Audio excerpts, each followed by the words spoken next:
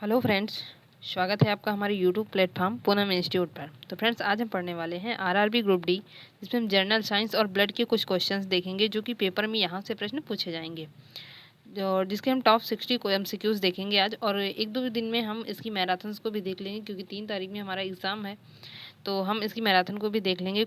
कम से कम मैं आप लोगों के लिए 100 से या फिर 100 या फिर 150 क्वेश्चंस लेकर आऊँगी। तो चलिए शुरू करते हैं। तो आप लोग वीडियो को लाइक करें, शेयर करें और चैनल को सब्सक्राइब भी करें और अपने दोस्तों से भी सब्सक्राइब करवाएं। तो शुरू करते हैं। हमारा जो पहला क्वेश्चन रहेगा यहाँ से, जब हम शुरू करते हैं इसे, तो देखते हैं विटामिन ए का रासायनिक नाम क्या है। तो हमारा जो पहला क्वेश्चन है वो है कि विटामिन ए का रासायनिक नाम क्या है। तो जो विटामिन ए है उसका रासायनिक नाम, तो इसका हमारा करेक्ट आंसर रहेगा वो रहेगा रेटिनॉल। रेटिनॉल जो है वो विटामिन ए का हमारा रासायनिक नाम है। जबकि थायमीन हमारा जो है वो विटामिन बी का है, स्कारबिक विटामिन सी का है, टोकोफेरा जो है विटामिन ई का है रासायनिक नाम। तो जिसका इस क्वेश्चन का जो आंसर है वो है रेटिनॉल। नेक्स्ट क्वेश्चन की तरफ चलते हैं। अग्नाशय में कौन सा रस पाया जाता है। जो अग्नाशय में रस पाया जाता है उसका करेक्ट आंसर है अग्नाशयी रस, जिसे हम पूर्ण पाचक रस भी कहते हैं। नेक्स्ट क्वेश्चन, पाचन क्रिया में जे आकार की संरचना किसकी होती है। जो पाचन हमारी बॉडी में होता है उस क्रिया में जो जे आकार की संरचना होती है वो किस अंग की होती है। तो इसका हमारा करेक्ट आंसर रहेगा वो रहेगा आमाशय। आमाशय की जो संरचना होती है वो हमारी जे आकार की होती है। नेक्स्ट क्वेश्चन, हड्डी को हड्डी से जोड़ने का कार्य करता है। एक हड्डी को दूसरी हड्डी से जोड़ने का जो कार्य करता है वो कौन सा ऊतक करता है। तो वो हमारा है स्नायु या लिगामेंट जिसे कहते हैं। उसकी जगह पर जो हमारा टेंडन है ये एक हड्डी को मांसपेशी से जोड़ने का कार्य करता है। नेक्स्ट क्वेश्चन की तरफ जब चलते हैं तो देखते हैं डीएनए का पूरा नाम क्या है। डीएनए का जो पूरा नाम है वो है डीऑक्सी राइबो न्यूक्लिक अम्ल। डीएनए का पूरा नाम डीऑक्सी राइबो न्यूक्लिक अम्ल है।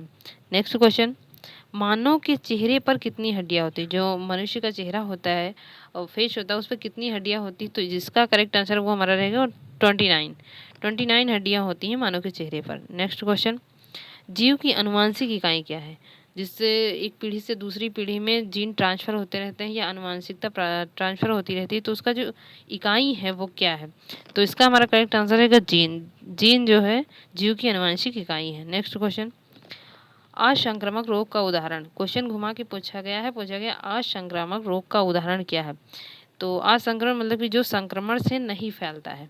तो सामान्य जुकाम संक्रमण से फैलता है, दांत भी संक्रमण से फैलता है, टाइफाइड, ये तीनों जो है वो संक्रमण से फैलते हैं। लेकिन इसके दूसरी तरफ जब हम देखते हैं कि हमारा जो कैंसर है, कैंसर हमारा संक्रामक रोग नहीं है। तो इसका जो आंसर है वो है कैंसर। नेक्स्ट क्वेश्चन, किसने डीएनए फिंगरप्रिंट की जो विधि है वो प्रस्तुत किया था। जो फिंगरप्रिंट की विधि वो किसने प्रस्तुत किया। तो इसका करेक्ट आंसर रहेगा वो रहेगा एलरेक जेफरी ने। नेक्स्ट क्वेश्चन, पहला अनुवांशिक पदार्थ कौन सा है। जीवों में जो पहला अनुवांशिक पदार्थ जो सबसे पहले खोजा गया वो कौन सा है। तो इसका करेक्ट आंसर हमारा रहेगा आरएनए। आरएनए जीवों का सबसे पहला अनुवांशिक पदार्थ है। नेक्स्ट क्वेश्चन, निम्न में से जलीय पारितंत्र नहीं है। कौन सा जल में उत्पन्न होने वाला पारितंत्र नहीं है या जल में विकसित होने वाला पारितंत्र नहीं है। तो वो हमारा है दलित क्षेत्र।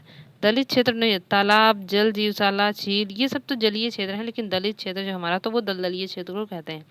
नेक्स्ट क्वेश्चन, समकेंद्रीय या फिर इसे हम यूकैरियोटिक कहते हैं जीनों को कोशिकीय सुरक्षा के लिए निम्न से कौन सी विधि आवश्यक होती है या कौन सी विधि से सुरक्षित रखती है। तो वो है आरएनए अंतरक्षेप।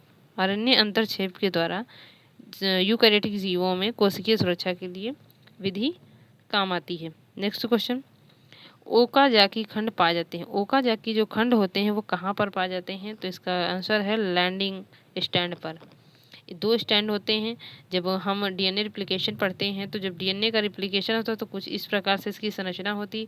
तो ये वाला होता है जिस पर लगातार होती है क्रियाएं उसे हम लीडिंग स्टैंड कहते हैं।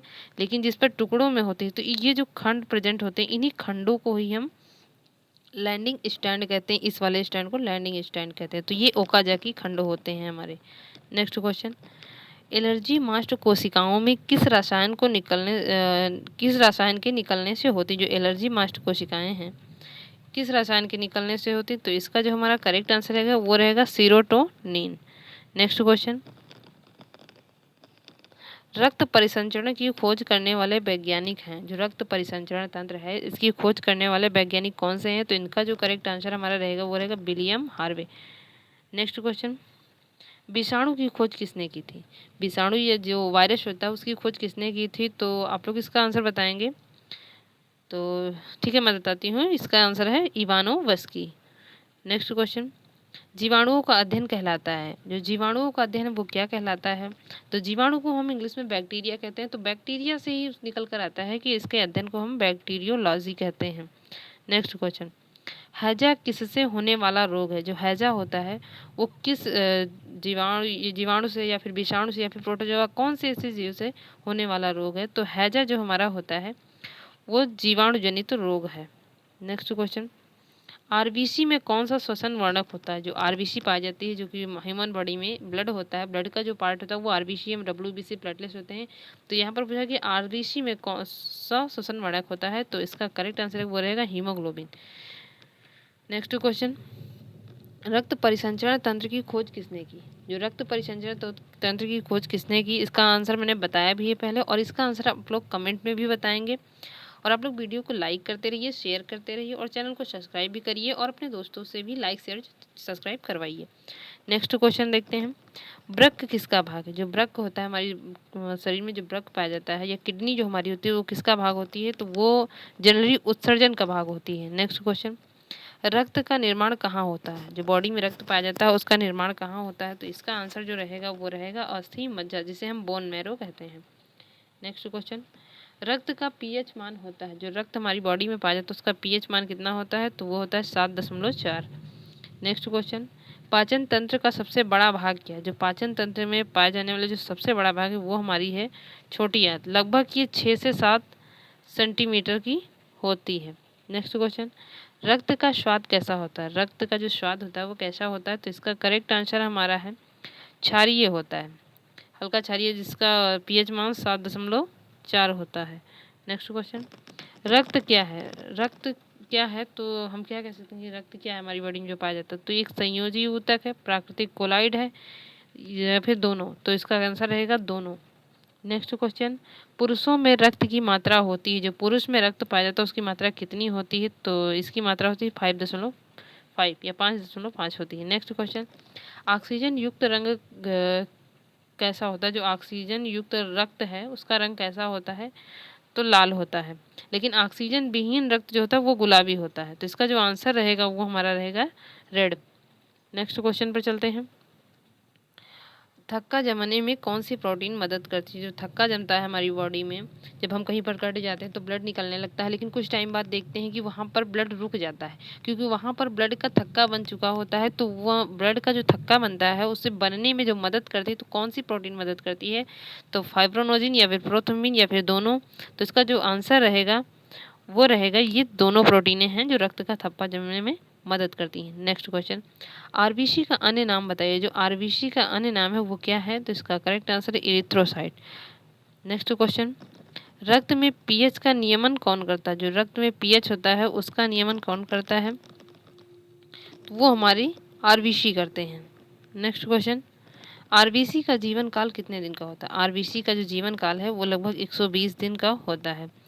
अब मैंने पहले मेरा जो थंबनेल था वो यही था कि जनरल साइंस के भी कुछ क्वेश्चन रहेंगे और अधिकतर क्वेश्चन हमने ब्लड से लिए हैं। तो जो आरबीसी और डब्ल्यूबीसी ये सब पूरे ब्लड के ही पार्ट हैं, तो इनसे सबसे ज़्यादा क्वेश्चन मैंने लिए हैं। तो नेक्स्ट क्वेश्चन हमारा रहेगा, किसकी कमी से रक्त कैंसर होता है? तो रक्त कैंसर जो होता है वो किसकी कमी से होता है? तो रक्त कोशिका से होता है। इसका आंसर जो रहेगा वो रहेगा रक्त कोशिका से रक्त कैंसर होता है। नेक्स्ट क्वेश्चन, एक स्वस्थ व्यक्ति में डब्ल्यूबीसी की संख्या होती है। जो एक स्वस्थ व्यक्ति होता है उसके शरीर में डब्ल्यूबीसी की जो संख्या होती है वो 6000 से 8000 तक होती है। एक जो मैंने पिछला क्वेश्चन बताया है किसकी कमी से रक्त कैंसर होता है, तो ये इसका रक्त कोशिका ना होकर के इसका करेक्ट आंसर रहेगा हमारा श्वेत रक्त कोशिका, जिसे हम डब्ल्यूबीसी कहते हैं। डब्ल्यूबीसी की कमी से ये रक्त कैंसर हो जाता है। नेक्स्ट क्वेश्चन की तरफ चलते हैं, रुधिर के अध्ययन को क्या कहते हैं? जो रुधिर का अध्ययन किया जाता है उसे हम क्या कहते हैं? तो उसके अध्ययन को हम हीमेटोलॉजी कहते हैं। या बैक्टीरियोलॉजी कहते हैं, या सेरोलॉजी, या ऑस्टियोलॉजी। तो रुधिर को अध्ययन को हम क्या कहते हैं? तो हीमेटोलॉजी कहते हैं। नेक्स्ट क्वेश्चन, सर्वग्राही रुधिर कौन सा है? जो सभी जितने भी ब्लड ग्रुप होते हैं, ए बी या ए बी या ओ, इन सभी ब्लडों को जो अपने अंदर ग्रहण कर सकता है या उससे उनमें एडजस्ट हो सकता है, वो कौन सा ब्लड है? तो सर्वग्राही जो रुधिर है वो है ए बी। ए बी जो रुधिर है वो सब ब्लडों को ले सकता है अपनी बॉडी में, या उससे के साथ एडजस्ट हो सकता है। नेक्स्ट क्वेश्चन, रक्त स्कंदन हेतु उपयुक्त विटामिन। जो रक्त स्कंदन है, या फिर हम जिसे रक्त का थक्का जमना बोलते हैं, यहाँ पर स्कंदन वर्ड का मतलब यही है कि रक्त का थक्का जमने वाली विटामिन कौन सी है? तो वो है विटामिन के।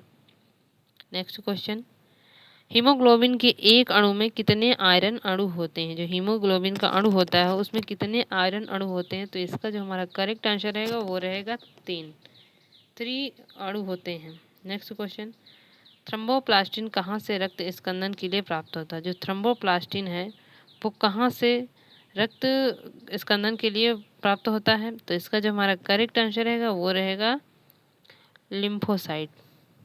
नेक्स्ट क्वेश्चन, रक्त का वह घटक जो संपूर्ण रक्त वाहिनियों में इसके थक्का बनने को रोकता है। जो थक्का बनने को रोकता है, जैसे बॉडी में जो वाहिनियाँ पाई जाती हैं, क्योंकि जब ब्लड बॉडी से बाहर निकलने लगता है तो आप देख सकते हैं कि थक्का जम जाता है। लेकिन बॉडी के अंदर जो नाड़ी पाई जाती है, जो कोशिकाएं पाई जाती हैं या केशिकाएं पाई जाती हैं, उनके अंदर ब्लड क्यों नहीं जमता है? तो इसका जिम्मेदार कौन है? तो इसके जिम्मेदार जो प्रोटीन होती है वो है हमारी हेपेरिन।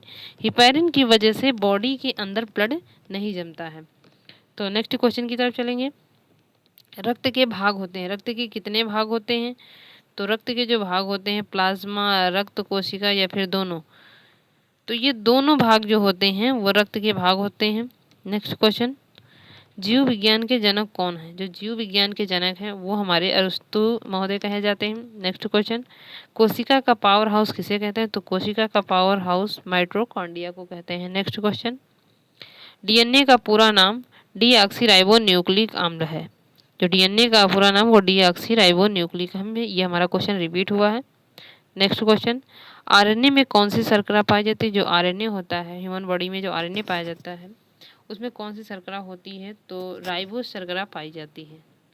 डीऑक्सीराइबोस डीएनए में पाई जाती है और राइबोस शर्करा आरएनए में पाई जाती है। नेक्स्ट क्वेश्चन की तरफ चलते हैं। एनीमिया नामक रोग किसकी कमी के कारण हो जाता है? जो एनीमिया रोग होता है वो किसकी कमी के कारण होता है? तो आयरन की कमी से होता है। नेक्स्ट क्वेश्चन, रक्त का लाल रंग किसके कारण होता है? जो रक्त का लाल रंग होता है वो हीमोग्लोबिन के कारण होता है। अगर हीमोसाइनिन होगा तो वो ब्लड जो होता है वो नीला हो जाता है, रेड नहीं होता। रेड होने के लिए उसमें हीमोग्लोबिन पाया जाना चाहिए। नेक्स्ट क्वेश्चन, मनुष्य के हृदय में कितने कक्ष होते हैं? जो मनुष्य का हृदय पाया जाता है उसमें कितने कक्ष होते हैं? तो 4 चैम्बर होते हैं। एक दायां निलय, दायां आलिंद, बायां निलय, बायां आलिंद। इस तरह से 4 भागों में बटा हुआ होता है। नेक्स्ट क्वेश्चन, प्लेटलेट्स की कमी से कौन सी बीमारी होती है? जो प्लेटलेट्स होती है उसकी कमी से कौन सी बीमारी होती है? तो डेंगू। डेंगू प्लेटलेट्स की कमी से हो जाता है। नेक्स्ट क्वेश्चन, मानव शरीर की सबसे बड़ी ग्रंथि कौन सी है? जो मानव शरीर की सबसे बड़ी ग्रंथि है वो कौन सी है? तो हम कह सकते हैं यकृत जो है मानव शरीर की सबसे बड़ी ग्रंथि है। नेक्स्ट क्वेश्चन, मानव शरीर की सबसे बड़ी हड्डी कौन सी है?